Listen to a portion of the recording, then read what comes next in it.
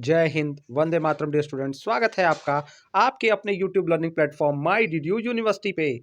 Students, मैं आपका educator Shubham sir आज आपके सामने लेकर अवेलेबल हूँ एक और इम्पॉर्टेंट प्रीवियस ईयर पेपर। जी हाँ स्टूडेंट, आज मैं लेकर अवेलेबल हूँ आपके लिए SOC 103 यानी सोशोलॉजी का 103 का पेपर। जो हमारे फर्स्ट सेमेस्टर के स्टूडेंट हैं उनके लिए ये आपका सोशोलॉजी का थर्ड पेपर है। स्टूडेंट, इस पेपर के टाइटल की बात करेंगे तो इस पेपर का title introduction to basic concepts of sociology second है, जो 3 क्रेडिट का आपका पेपर है। स्टूडेंट, आप ये भी देख सकते हैं 2023 का ये प्रीवियस ईयर पेपर है। तो स्टूडेंट चलेंगे, देखेंगे कैसे क्वेश्चन आए थे प्रीवियस ईयर में और उनके राइट आंसर क्या है। स्टूडेंट, साथ ही साथ मैं आपको बताना चाहूँगा कि हमने अपने चैनल पे SOC 101, 102 के भी प्रीवियस ईयर पेपर नए वाले भी अपलोड कर दिए हैं और पुराने वाला हमारा 103 भी अपलोड है, तो वो भी आप जाके चेक कर सकते हो। ठीक है स्टूडेंट, चलिए पहला क्वेश्चन देखते हैं क्या पूछा था। पहला क्वेश्चन कह रहा था पर संस्कृति ग्रहण एक प्रक्रिया है, यानी जो अकुल्ट्रेशन इज अ प्रोसेस ऑफ। ठीक है, तो अकल्ट्रेशन जो है इज अ प्रोसेस ऑफ, इसको कौन सा ये प्रोसेस है ये पूछ रहा है। ठीक है, तो स्टूडेंट पर संस्कृति ग्रहण में क्या करते हैं, ये जो दूसरे के कल्चर को अडॉप्ट करते हैं, जिससे क्या होता है, जो सोशल स्ट्रक्चर है उसमें चेंज आता है। जब पर संस्कृति ग्रहण होता है तो सोशल स्ट्रक्चर में क्या आता है, बदलाव आता है। ठीक है, अकल्ट्रेशन में चेंज इन कल्चरल स्ट्रक्चर, तो ऑप्शन हमारा बी हो जाएगा सही। दूसरा प्रश्न क्या आया था वो भी देखते हैं। कह रहा है किस विचारक ने सामाजिक संरचना के बाह्य एवं आंतरिक तत्वों में भेद किया, यानी विभेद किसने दिया है, किसने डिस्टिंग्विश किया है एक्सटर्नल और internal element of social structure को। तो स्टूडेंट, इसका राइट आंसर हो जाएगा रेडक्लिफ ब्राउन, ऑप्शन सी हमारा राइट हो जाएगा। इसको जो डिस्टिंग्विश किया है, भेद किया है, रेडक्लिफ ब्राउन ने किया है स्टूडेंट। ठीक है, तो इसको आप अच्छे से नोट कर लीजिए। अगला क्वेश्चन पूछ रहा है वो भी देखते हैं। भारत में बहुलवाद का रूप निम्नलिखित में से किस प्रक्रिया से संबंधित है। जो भारत में प्लूरलिज्म का कॉन्सेप्ट होता है जो सोशोलॉजी में, वो किससे रिलेटेड है, तो जो बहुलवाद है वो ये अकल्ट्रेशन से रिलेटेड है स्टूडेंट। इसको ऑप्शन हमारा बी सही हो जाएगा, पर संस्कृति ग्रहण। जो बहुलवाद है, जो प्लूरलिज्म कहते हैं, तो किससे, पर संस्कृति ग्रहण के कारण ही ये होता है। ठीक है, तो ऑप्शन बी हमारा सही रहेगा। नेक्स्ट क्वेश्चन भी देखेंगे क्या आया था। अगला क्वेश्चन, संपर्क के बिना व्यक्तियों के बीच होने वाली अंतःक्रिया क्या कहलाती है। तो जब हम कह रहा है कि जब interaction between people without contact, जब बिना किसी संपर्क के व्यक्तियों के बीच में, यानी बिना कॉन्टैक्ट के जब एक जो वो होती है प्रोसेस होता है, वो क्या कहलाता है। ठीक है, इंटरेक्शन विदाउट कॉन्टैक्ट, वो प्रोसेस क्या कहलाता है। ठीक है, तो जब बिना कॉन्टैक्ट के जो होता है उसको कंपटीशन बोलते हैं, यानी जो प्रतिस्पर्धा होती है उसमें कॉन्टैक्ट नहीं होता है। ठीक है, बिना मतलब लोग एक दूसरे को नहीं जानते हैं लेकिन उनके बीच में क्या होती है, स्पर्धा होती है, तो वो कंपटीशन कहलाता है। यहाँ कॉन्टैक्ट मतलब फिजिकल कॉन्टैक्ट से नहीं है, यहाँ कॉन्टैक्ट मतलब उनके में मुकाबला से है। ठीक है, अगला प्रश्न बोल रहा है, कह रहे निम्नलिखित में से कौन सा एक सभ्यता का उदाहरण है। स्टूडेंट, ये बड़ा अच्छा क्वेश्चन भी पूछा गया था और इस तरह के व्यवहारिक क्वेश्चन आपके न्यू एजुकेशन पॉलिसी के अंतर्गत आपसे पूछे जाएंगे स्टूडेंट। अब प्रश्नों का स्वरूप व्यवहारिक ज्यादा होगा। तो कौन सा एक सभ्यता का उदाहरण है, तो स्टूडेंट दो शब्द है, संस्कृति और सभ्यता।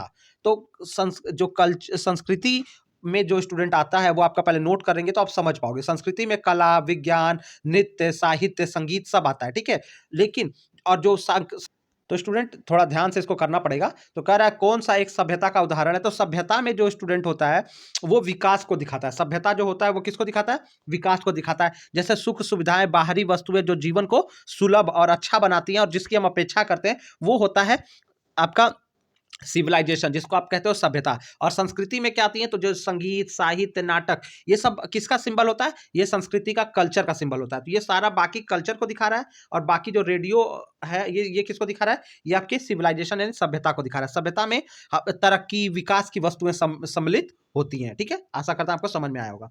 अगला प्रश्न करता हूं, सात्मीकरण, यानी सात्मीकरण मतलब एसिमिलेशन में क्या होता है। यानी देखिए, सात्मीकरण को आत्मसात भी कहते हैं। ठीक है, तो आत्मसात की प्रक्रिया क्या होती है या सात्मीकरण क्या होता है। ठीक है, तो सात्मीकरण में क्या होता है, असिमिलेट कर लेना, यानी दूसरे कल्चर को अपने में मिलाने से क्या होता है, जो जो दोनों में डिफरेंस होता है ना, जब किसी का सात्मीकरण हो जाता है तो वो क्या होता है कि दो लोगों के बीच में जो डिफरेंस होता है वो खत्म हो जाता है। तो ऑप्शन हमारा डी हो जाएगा, सांस्कृतिक भिन्नताओं की समाप्ति होती है। क्या होती है, ठीक है स्टूडेंट, सांस्कृतिक भिन्नताओं की समाप्ति होती है। ठीक है, बाकी ये डी आपका ऑप्शन सही रहेगा। चलिए, इसमें आप अब बाकी ऑप्शन स्टूडेंट आप देखते रहेगा, मैं आपको सीधे राइट आंसर इसलिए बताता हूं कि आपको कोई कंफ्यूजन ना रहे। सीधे प्रश्न और उसका राइट आंसर इसमें ये होता है। ठीक है, चलिए, और जहां पे कंफ्यूजन होता है मैं वहां पे आपके ऑप्शन को भी डिस्कस कर ही देता हूं आपके लिए। अगला क्वेश्चन कर रहा है, लुईस कोजर ने सामाजिक संघर्ष को किस पहलू में प्रस्तुत किया, यानी which aspect of social conflict is presented by Lewis Coser. तो लुईस कोजर ने जो है intensity of class struggle, intensity of class struggle को दिखाया है। तो ऑप्शन बी सही जगह, वर्ग की संघर्षता, ठीक है, वर्ग संघर्ष की गहनता, ठीक है। स्टूडेंट इसमें संघर्ष को जो ये जो थियरी है लुई कोजर का, इसको संघर्ष का प्रकायवाद यानी फंक्शन ऑफ सोशल कॉन्फ्लिक्ट, इसको हम क्या बोलते हैं, लुइस कोजर की इस थियरी को फंक्शन ऑफ सोशल कॉन्फ्लिक्ट, और इसको फंक्शनलिज्म का भी नाम दिया है, ठीक है। तो इसको कई जगह फंक्शनलिज्म के रूप में भी वो सिंबलिज करता है, ठीक है। तो ये आपको याद रख लेना है, ठीक है। इसको फंक्शनलिज्म भी बोलता के तौर पे भी ये दिखाता है, ठीक है। तो फंक्शन ऑफ सोशल कॉन्फ्लिक्ट हो जाएगा वर्ग संघर्ष की गहनता, ठीक है। इसको संघर्ष का प्रकायवाद अगर पूछ देता है, प्रश्न पूछ देगा कि संघर्ष का प्रकायवाद क्या है, तो इसी को कहते हैं, ठीक है, जिसमें क्या होता है कि सामाजिक संघर्ष को दिखाया जाता है।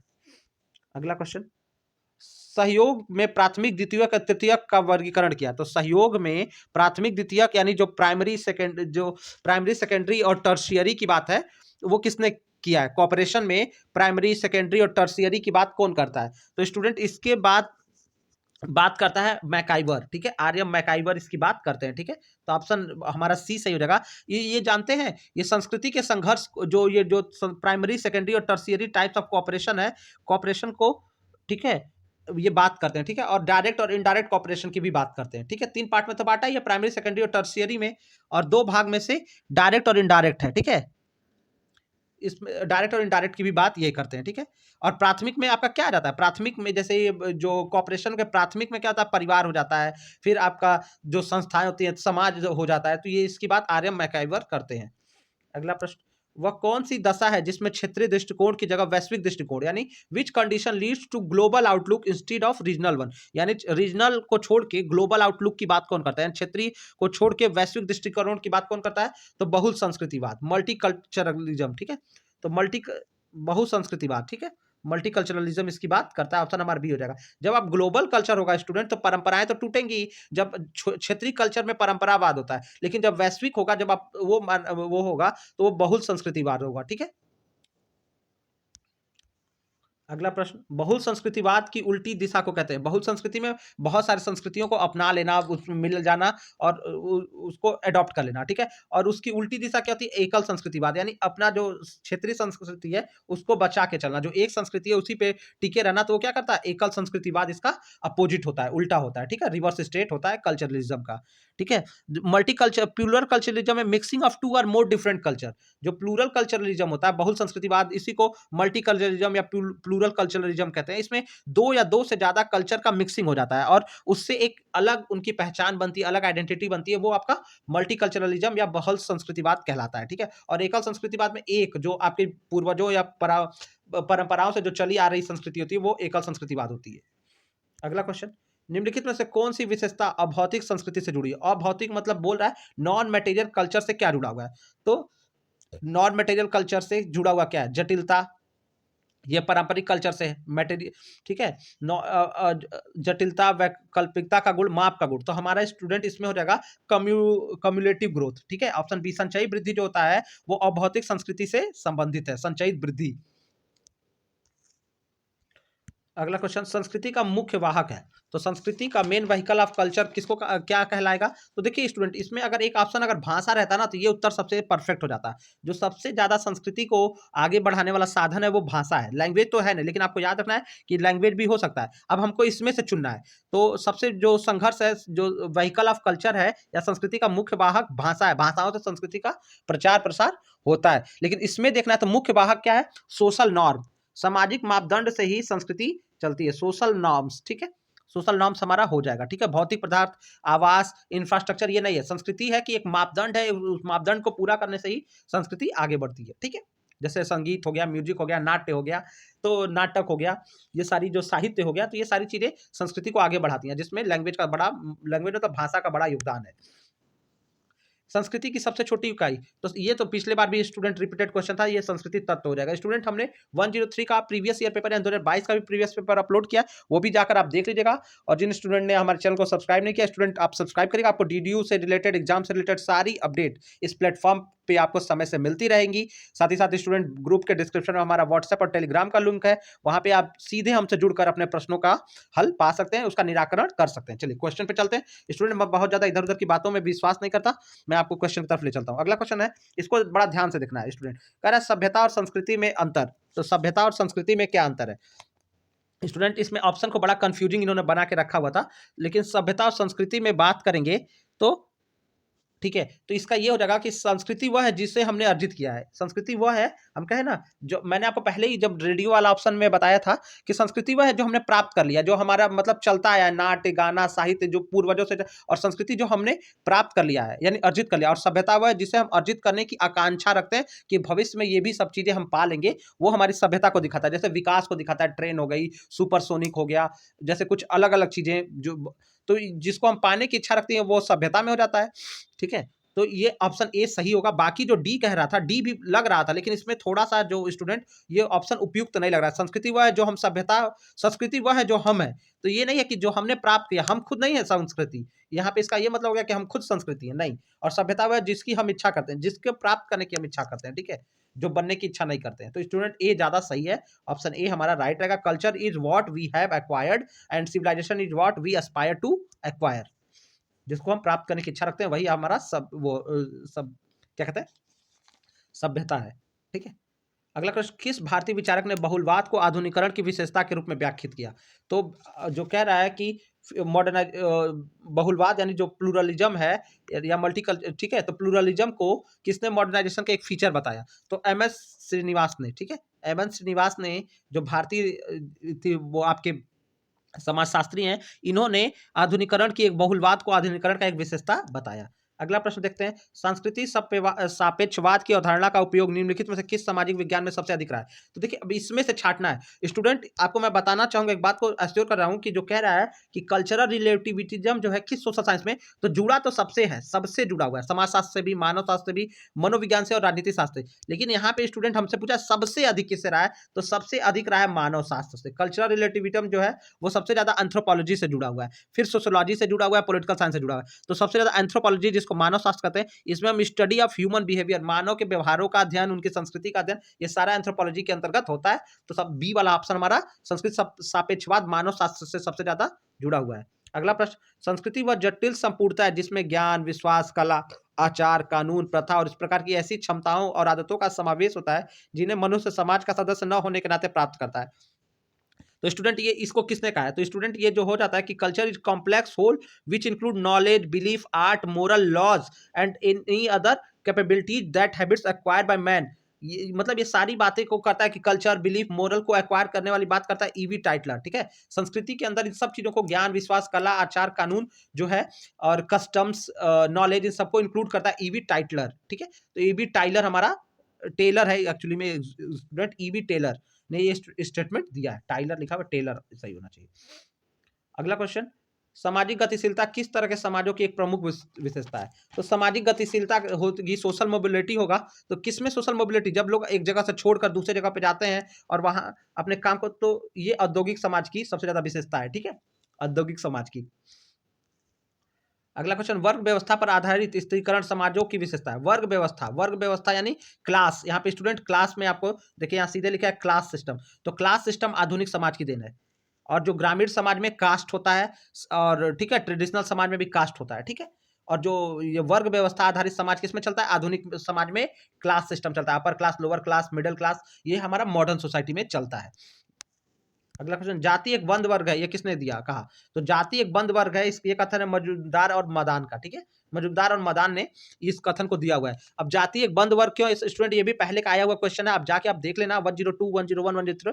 तो मजूमदार और मदान ने इस कथन को इसलिए कहा है स्टूडेंट, क्योंकि भारत जैसे देश में आप धर्म तो बदल सकते हो लेकिन जाति नहीं बदल सकते हो। व्यक्ति धर्म तो बदलने की छूट है, लेकिन जाति एक बंद वर्ग है जिसको बदला नहीं जा सकता है। यानी कोई व्यक्ति जो है अनुसूचित जाति का है तो वो जनजाति में नहीं हो सकता है, जनजाति अनुसूचित जाति नहीं हो सकती। जो जिस जाति में है वो जन्म से डिसाइड होती है, उसको बदला नहीं जा सकता है। अगला क्वेश्चन, एक समान संस्कृति पाई जाती है। तो स्टूडेंट एक समान संस्कृति पाई जाती है संस्कृति प्रतिमान में, कल्चरल पैटर्न में। स्टूडेंट कई लोग बता रहे थे कि कल्चरल एरिया होगा, तो मैं आपको बता देना चाहूंगा स्टूडेंट, जो कल्चरल एरिया होता है ना, इसमें बहुत सारी विशेषता पाई जाती है, मेनी ट्रेट्स पाया जाता है, ठीक है। सिमिलर ट्रेट नहीं होता है, इसमें अलग अलग डिस्टिंग्विश ट्रेट्स होता है, ठीक है। और कल्चरल पैटर्न में सिमिलर बिहेवियर, सिमिलर सिचुएशन में सिमिलर बिहेवियर होता है। तो संस्कृति प्रतिमान जो होता है वो उसमें एक समान संस्कृति पाई जाती है, ठीक है। कल्चरल एरिया को आप नहीं करेंगे, ठीक है। ऑप्शन डी हमारा राइट रहेगा। आशा करता हूं स्टूडेंट आपको सारी चीजें समझ में आ रही होगी। हमारे वीडियोस को अपने फ्रेंड्स क्लासमेट से जरूर शेयर करेगा, इसलिए करेगा स्टूडेंट कि हम आपके लिए नए नए वीडियोस लेकर और जल्दी आ सकें। आपके लाइक शेयर सपोर्ट से हम मोटिवेट होते हैं। अगला क्वेश्चन कह रहा है who has presented the concept of dominate caste in reference to Indian society, यानी भारतीय समाज के संदर्भ में प्रभु जाति, यानी डोमिनेट मतलब जो प्रभु जाति है उसका सिद्धांत किसने दिया है। तो डोमिनेट मतलब जो मजबूत वो जाति है उसका कॉन्सेप्ट किसका दिया हुआ है। तो ये प्रभु जाति का कॉन्सेप्ट दिया हुआ है स्टूडेंट एम एन श्रीनिवास का, ठीक है। ये ऑप्शन ए हमारा राइट हो जाएगा, एम एन श्रीनिवास का, ठीक है। कि प्रभु जाति की अवधारणा भारतीय समाज के संदर्भ में एम एन श्रीनिवास की है, ठीक है। अगला क्वेश्चन, आंशिक एवं पूर्ण संघर्ष का वर्गीकरण किसने किया। तो आंशिक मतलब partial conflict and total conflict. Student partial conflict और टोटल कॉन्फ्लिक्ट का इसमें से हम देखेंगे तो स्टूडेंट आपको पहले जानते हैं कि लुईस कोजर ने भी इसके बारे में बात की है। लुईस कोजर ने भी कॉन्सेप्ट ऑफ पार्शियल और कॉन्फ्लिक्ट और टोटल कॉन्फ्लिक्ट की बात की है। और उसके बाद एक जो है की डेविस, जिसको किंग्सले डेविस का नाम से हम जानते हैं, इनका पूरा नाम किंग्सले डेविस है, ये भी अपने में, ठीक है, ये भी आंशिक और कह सकते हैं आप कि पार्शियल कॉन्फ्लिक्ट यानी आंशिक संघर्ष और टोटल कॉन्फ्लिक्ट की बात करते हैं, ठीक है, के डेविस, ठीक है। तो किंग्सले डेविस हमारा राइट आंसर होगा। स्टूडेंट सारे आंसर आपको वेरीफाई करके ही बताए जा रहे हैं, ठीक है। फिर भी आपको किसी क्वेश्चन में डाउट लगता है तो आप कमेंट करके पूछिएगा। निम्नलिखित में से, या हमारे व्हाट्सएप ग्रुप से भी पूछ सकते हो आप जुड़ के हमसे, निम्नलिखित में से कौन सी विशेषता जाति व्यवस्था से संबंधित नहीं है। कौन सी व्यवस्था जाति व्यवस्था से संबंधित नहीं है। तो जाति में क्या क्या आएगा, अंतर्विवाह, जाति अंतर्विवाह होता है, अंतर्विवाह होता ही है, एक जाति का दूसरे जाति में जब विवाह होता है तो उसे अंतर्विवाह, अंतर जाति विवाह कहते हैं। हायरार्की अपर और लोअर का हो, ठीक है। अब कह रहा है, अब देखते हैं इसमें जाति व्यवस्था से प्रतिलोम का नियम, अनुलोम और प्रतिलोम का नियम वर्ग व्यवस्था में होता था स्टूडेंट, किसमें होता था, वर्ण व्यवस्था में। अनुलोम, रूल ऑफ प्रतिलोम एंड रूल ऑफ अनुलोम जो होता था ये वर्ण व्यवस्था में होता था, जाति व्यवस्था में नहीं होता था, ठीक है।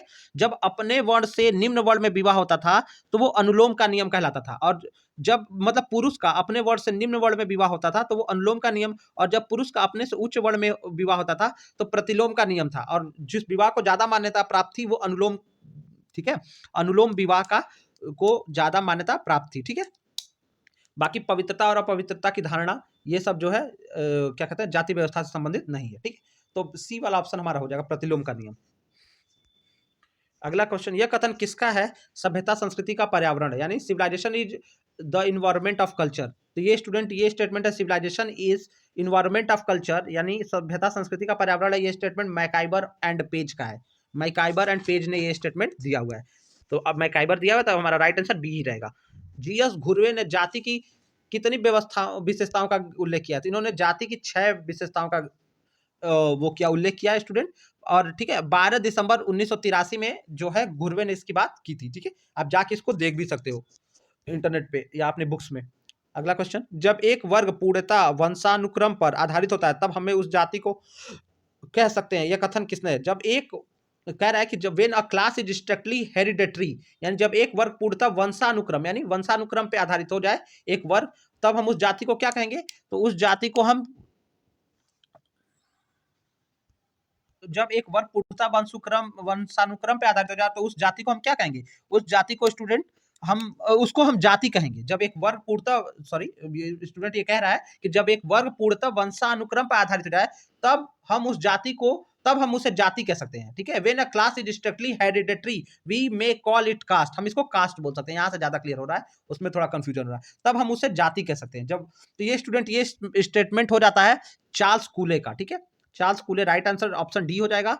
और चार्ल्स कूले ने ये स्टेटमेंट स्टूडेंट अपनी बुक सोशल ऑर्गेनाइजेशन, ठीक है, सामाजिक संस्थान में, यानी सोशल ऑर्गेनाइजेशन में अपनी पुस्तक सोशल ऑर्गेनाइजेशन में इसकी बात की थी। और वो सोशल ऑर्गेनाइजेशन का ये चैप्टर नंबर 18 था, चैप्टर का नाम था the hereditary of caste principle, the hereditary of caste principle, यानी जो सोशल ऑर्गेनाइजेशन पुस्तक की पार्ट 18 में इस बात का जिक्र उन्होंने किया हुआ है, ठीक है।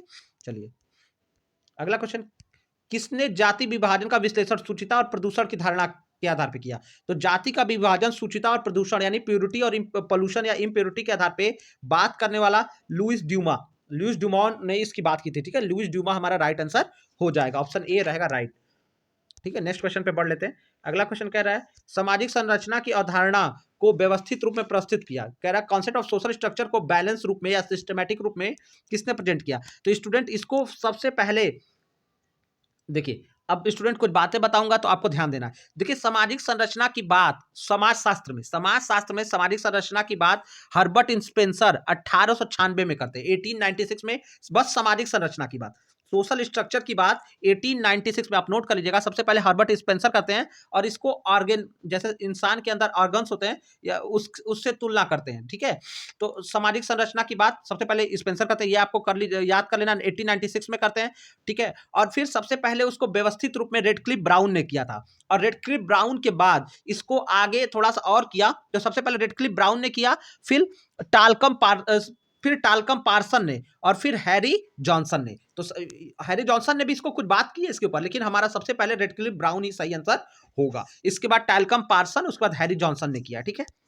चलिए, जाति की उत्पत्ति के धार्मिक सिद्धांत के प्रतिपादक, यानी तो ये जाति की उत्पत्ति का religious theory of origin of caste ये दिया होकार्ट एंड सेनाट ने, ठीक है। ये जो आपको याद रख लेना है कि रिलीजियस थियरी ऑफ ओरिजिन जो है वो होकार्ट और सेनाट का है। स्टूडेंट, आपके 40 क्वेश्चन यहाँ से और 40 क्वेश्चन इससे भी पहले वाले पेपर से आपके प्रिपेयर हो जाएंगे। तो आपको 103 में 80 क्वेश्चन प्रिपेयर मिल जाते हैं। आप वीडियोस को जरूर देख लीजिएगा, आपको जरूर कुछ और कॉन्फिडेंस बूस्ट हो जाएगा।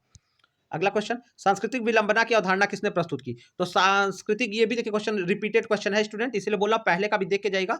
तो ये विलियम एफ ऑगबॉर्न ने जो है कल्चरल लैग का कॉन्सेप्ट दिया। कल्चरल लैग का कॉन्सेप्ट विलियम एफ ऑगबॉर्न ने दिया, ठीक है। और ये इसने कब दिया था, 1922 में। ये भी आपको बता देता हूँ, 1922 में अपनी पुस्तक सोशल चेंज में, सामाजिक परिवर्तन, यानी इसके पुस्तक का क्या नाम था, सोशल चेंज, ठीक है। उसको भी आपको नोट कर लेना है। चलिए स्टूडेंट, मैं आपको एक्स्ट्रा इन्फॉर्मेशन इसीलिए देता हूं कि आप किसी से पीछे ना रहें एग्जाम में, ठीक है। अगला क्वेश्चन, स्टूडेंट, वर्ग व्यवस्था पर आधारित स्तरीकरण किन समाजों की विशेषता है। तो वर्ग व्यवस्था पे आधारित स्तरीकरण की बात कर रहा है कि किन समाजों की ये विशेषता है। Stratification based on class system, तो ये किसकी, जो स्ट्रेटिफिकेशन जो है वो क्लास सिस्टम जो होता है वो आधुनिक समाज में, आपको हमेशा पहले ही बताया कि जो क्लास सिस्टम होता है वो मॉडर्न सोसाइटी की देन है, और जो कास्ट सिस्टम है ये ग्रामीण समाजों की, परंपरागत समाजों की देन है, ठीक है। तो ये पूछा है आधुनिक, ठीक है। यहाँ पे सीधे कह रहा है कि stratification based on class system, तो क्लास सिस्टम किसका देन है, वर्ग व्यवस्था हमारा आधुनिक समाजों की देन है। परंपरागत समाजों में वर्ण व्यवस्था थी, ग्रामीण समाजों में कास्ट व्यवस्था भी थी, ठीक है। तो ऑप्शन हमारा सी राइट होगा। स्टूडेंट, साथ ही साथ आप किस कॉलेज से इस वीडियोस को देख रहे हो, आप किस कॉलेज से हमें अपना सपोर्ट दे रहे हो, आप कमेंट में जरूर बताइएगा। इससे हमें पता चलता है कि हमारे स्टूडेंट कहाँ कहाँ से हमसे जुड़े हुए हैं। और स्टूडेंट, आप चाह रहे हो कि मैं आपके लिए सारे सब्जेक्ट्स को चैप्टर वाइज भी आगे लेकर आऊँ, तो इस पर जरूर भी कमेंट करना। अगला क्वेश्चन, निम्नलिखित में कौन सा एक तत्व सामाजिक संरचना से संबंधित नहीं है। तो कौन सा एक तत्व सामाजिक संरचना से संबंधित नहीं है। तो इसमें जो है सामाजिक आंदोलन से सामाजिक संरचना प्रभावित होती है, लेकिन जो इसका तत्व है, तत्व सामाजिक संस्थाएं हैं, सामाजिक मूल्य और सामाजिक अंतरक्रिया है, ठीक है। लेकिन जो सामाजिक आंदोलन है ये फैक्टर है, ये कारक है जो इसको प्रभावित करता है, लेकिन तत्व नहीं है, ठीक है। तो स्टूडेंट, ऑप्शन हमारा ए हो जाएगा, तत्व नहीं है। सामाजिक आंदोलन is not related to social structure. अगला क्वेश्चन, सामाजिक स्तरीकरण का आधार नहीं है। सामाजिक स्तरीकरण का आधार क्या नहीं है, संपत्ति है। स्तरीकरण मतलब स्टूडेंट आप कह सकते हो डिवाइडेशन, बंटवारा। तो सामाजिक स्तरीकरण कैसे होता है, संपत्ति के आधार पे होता है, धन के आधार पे, शिक्षा के आधार पे, रंग रूप के आधार पे, सहयोग के आधार पे नहीं होता है। तो स्टूडेंट, कोऑपरेशन के आधार पे नहीं होता है, ठीक है। सोशल स्ट्रेटिफिकेशन जो होता है, सामाजिक स्तरीकरण सहयोग के आधार पे नहीं होता है, तो ये इसका आधार नहीं हुआ। बाकी जो संपत्ति, बौद्धिक कुशलता, प्रजातीय भिन्नता, रेशियल डिफरेंसेस, ये सब इसके आधार हैं। अगला प्रश्न किसने कहा सामाजिक संरचना के प्रत्येक अंग कुछ निर्धारित प्रकार होते हैं, यानी every part of social structure है सर्टेन डिफाइंड फंक्शन। तो स्टूडेंट, ये किसका स्टेटमेंट है, तो डिफाइंड फंक्शन जो कह रहा है कि सामाजिक संरचना में प्रत्येक अंग के निर्धारित कार्य हैं, ये स्टूडेंट ये स्टेटमेंट है पार्सन का ये स्टेटमेंट है। और इसकी बात इमाइल दुर्खिम भी करता है, ठीक है। इमाइल दुर्खिम कहता है कि सबका अपना कार्य है, सामाजिक संरचना में हर अंग का अपना काम है, और हर अंग के अपने काम को फंक्शनलिज्म का नाम दिया। इमाइल दुर्खिम ने इसको फंक्शनलिज्म का नाम दिया, ठीक है। और ये डिफिनेशन दिया पार्सन ने। तो पार्सन के साथ साथ इमाइल दुर्खिम भी इससे मतलब संबंधित है, वो भी इसको समर्थन देता है, ठीक है। और इसको फंक्शनलिज्म का नाम दिया था। सबके कार्य को करा कि उसको फंक्शनलिज्म कहाएगा। अगला प्रश्न, सामाजिक स्तरीकरण का संबंध किससे है? स्टूडेंट, सामाजिक स्तरीकरण का संबंध किससे है? तो सामाजिक स्तरीकरण जन्म आधारित समूहों पे बस नहीं होता है सामाजिक स्तरीकरण यानी सोशल स्ट्रेटिफिकेशन जन्म आधारित समूहों पे होता है। लेकिन अब जो ऑप्शन बी कह रहा है ना, और हम ये सभी तो ऑप्शन नहीं, आर्थिक वर्गों से भी होता है, सामाजिक परिवर्तनों से सामाजिक जो स्ट्रेटिफिकेशन नहीं होता है, लेकिन ए बी सी से तो हो सकता है। तो स्टूडेंट, लेकिन जो बी वाला ऑप्शन कर रहा है कि संस्तरित श्रेणियों से यानी हायरार्किकल कैटेगरी से, तो जो कैटेगरी जब बन जाएगी इस कैटेगरी के अंदर स्टूडेंट, हायरार्किकल कैटेगरी जिसको संस्तरित श्रेणियां कहते हैं, इसमें धन, शिक्षा, रंग, रूप, पेशा, शक्ति, जाति, उपजाति, प्रजाति सब आ जाएगा। तो सामाजिक स्तरीकरण का ये सब आधार है, तो ऑप्शन नंबर बी सही हो जाएगा। अगर ये सभी रहता तो डी को छोड़ के हम ए बी सी के साथ चले जाते, ठीक है, लेकिन बी वाला सबसे सही है, इसमें धन, रूप, रंग, शिक्षा सब आ जाएगा। यह इसी के आधार पे सामाजिक स्तरीकरण होता है, सोशल स्ट्रेटिफिकेशन होता है, ठीक है। अगला प्रश्न, who classified status in form of ascribed and achieved status? तो एस्क्राइब्ड और अचीव स्टेटस के रूप में किसने बांटा है? ठीक है, तो एस्क्राइब्ड और अचीव स्टेटस जिसको कहते हैं परिस्थिति का वर्गीकरण, अचीव्ड मतलब अर्जित परिस्थिति और प्रदत्त परिस्थिति, ठीक है। तो प्रदत्त परिस्थिति और अर्जित परिस्थिति का बंटवारा किया पार्सन ने, ठीक है। इसका बंटवारा किसने किया? पार्सन ने किया स्टूडेंट, इसका बंटवारा पार्सन ने किया है। और ये जो कहते हैं अर्जित जो होता है, अर्जित स्टेटस या अर्जित पोजीशन होता है, इसमें मनी, वेल्थ, एजुकेशन आता है। जो अर्जित होती है इस स्टूडेंट, जो अर्जित होता है जिसको आप अचीव्ड बोलते हो, इसमें धन, शिक्षा, ये मनी, धन मतलब धन आता है, शिक्षा आता है, और जो जन्म से मिलता है उसको हम बोलते हैं एस्क्राइब्ड। एस्क्राइब्ड यानी प्रदत्त, जो पूर्व पहले से ही मिला है। तो इसमें स्टूडेंट आ जाते हैं, जो प्रदत्त वाले में आ जाते हैं, इसमें आपका इसमें आपका जन्म से मिला हुआ आपको जो चीज मिलता है, जैसे जाति, धर्म, लिंग, तो ये आपके एस्क्राइब्ड में आ जाते हैं, ठीक है। आशा करता हूँ आपको समझ में आया होगा। अगला प्रश्न, मुख्य परिस्थिति की अवधारणा किसने दी? तो मुख्य परिस्थिति की अवधारणा स्टूडेंट, तो मुख्य परिस्थिति की अवधारणा बिस्ट्रीट, किंग्सले डेविस, ईटी हिलर। तो मुख्य परिस्थिति जो की स्टेटस है, इसका कॉन्सेप्ट इसमें से इन्होंने कोई ने दिया है, तो राइट आंसर ऑप्शन डी के साथ हम जा सकते हैं स्टूडेंट। अगर इसमें आपको राइट आंसर कोई और मिलता है तो जरूर कमेंट करके बताइएगा, हम डी के साथ जाएंगे। इसको आप देख लेना एक बार अपने हिसाब से, क्योंकि इसमें से किसी के बारे में भी हमने सारे लोगों के ऊपर स्टूडेंट सर्च करने की कोशिश की कि मुख्य परिस्थिति की बातें कर रहे हो, तो हमें मिला नहीं है, ठीक है। अब हमने सारे ऑप्शन ए बी सी को, जिसमें बस्ट्रीट को, किंग्सले डेविस को और ईटी हिलर, तीनों को अच्छे से इनके ऊपर रिसर्च करके देखा, लेकिन हमें मिला नहीं। अगला क्वेश्चन, भौतिक तथा अभौतिक संस्कृति के मध्य भेद किसने स्पष्ट किया? यानी जो मटेरियल और नॉन मटेरियल कल्चर के बीच जो डिफरेंस है वो किसने बताया? तो स्टूडेंट अकबर ने बताया, ठीक है। मटेरियल कल्चर और नॉन मटेरियल कल्चर के बीच में डिफरेंस जो है वो अकबर ने बताया, ठीक है। तो स्टूडेंट इसका right answer option material and भौतिक और भौतिक संस्कृति के मध्य जो है जो डिफरेंस होता है उसकी बात अकबर करते हैं। अगला प्रश्न कर रहा है, फोकवेज शब्द का सृजन किया है। फोकवेज मतलब स्टूडेंट अगर हिंदी में इसकी बात करें तो इसका नाम हो जाता है लोक मार्ग। तो फोकवेज शब्द का सृजन किसने किया है? अंग्रेजी में आप फोकवेज को फोकवेज ही याद रखिएगा। इसकी बात की है समनर ने, ठीक है। समनर ने इसकी बात की, ऑप्शन बी हमारा राइट हो जाएगा। और स्टूडेंट समनर ने 1906 में एक किताब लिखी थी जिसका नाम ही था फोकवेज यानी लोकमार्ग नाम की किताब लिखी थी 1906 में। ये समनर के किताब का भी नाम है, ठीक है। और इसमें क्या करते हैं, यह जो फोकवेज यानी लोकमार्ग वाली किताब में ये क्या बात करते हैं, यह मानदंडों, नियमों और प्रतीकात्मक समाज के जो नियंत्रणों का वर्णन करता है, ठीक है। तो इसमें मापदंडों, नियमों, प्रतीकात्मक समाज के नियंत्रणों का वर्णन होता है जो किसी समाज में व्यक्ति के साथ साथ संस्थागत व्यवहारों को प्रभावित करते हैं, ठीक है। तो फोकवेज के बारे में ये छोटा सा मैंने आपको बात बता दिया। तो स्टूडेंट आशा करते हैं वीडियो लेक्चर आपको अच्छा लगा होगा। तो स्टूडेंट वीडियो को लाइक, सब्सक्राइब, शेयर करिएगा। मिलते हैं नेक्स्ट वीडियो में, तब तक आपके लिए गुड लक। कोई डाउट होगा तो आप कमेंट करिएगा।